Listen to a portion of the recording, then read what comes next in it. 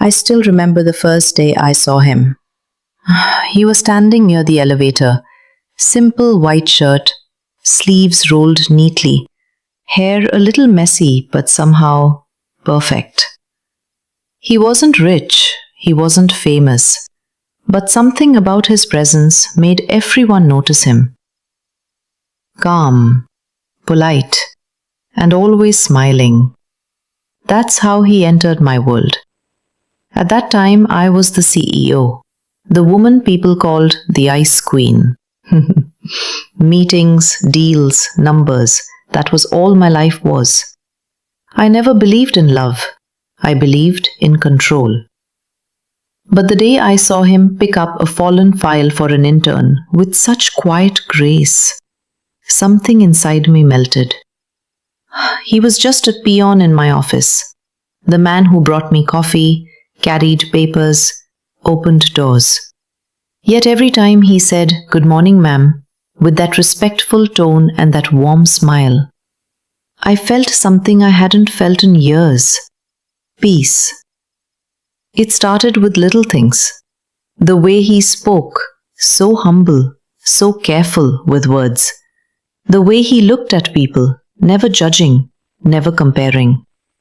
His eyes had that rare kindness the world had long forgotten.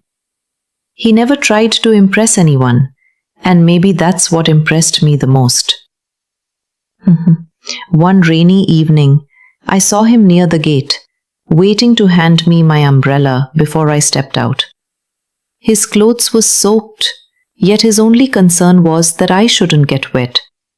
That tiny gesture stole my heart completely. I started noticing more, how he respected elders, stayed calm during chaos, and smiled even when life clearly wasn't easy for him. It made me realize class and character aren't built from money. They come from heart. So I began helping him, quietly, without making him feel small. I paid for his night classes, arranged new clothes under staff improvement programs, even got him trained in corporate etiquette. Within months, he transformed, not because of money, but because he wanted to grow. He didn't know it was me behind all that, until one day I told him. We were in my cabin. He had come to return an envelope I'd accidentally left in the conference room.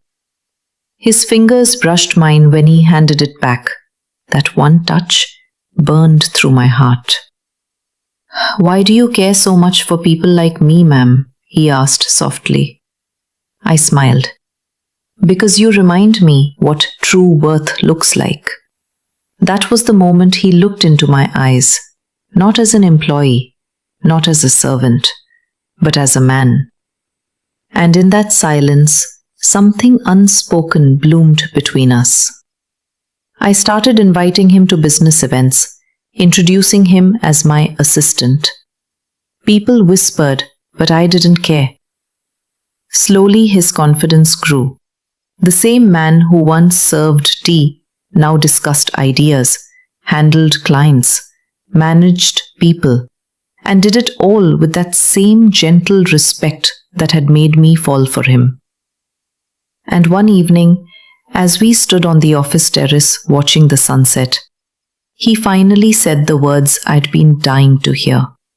"You didn't just change my life, ma'am.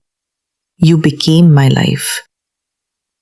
I looked at him and said, "Then promise me one thing.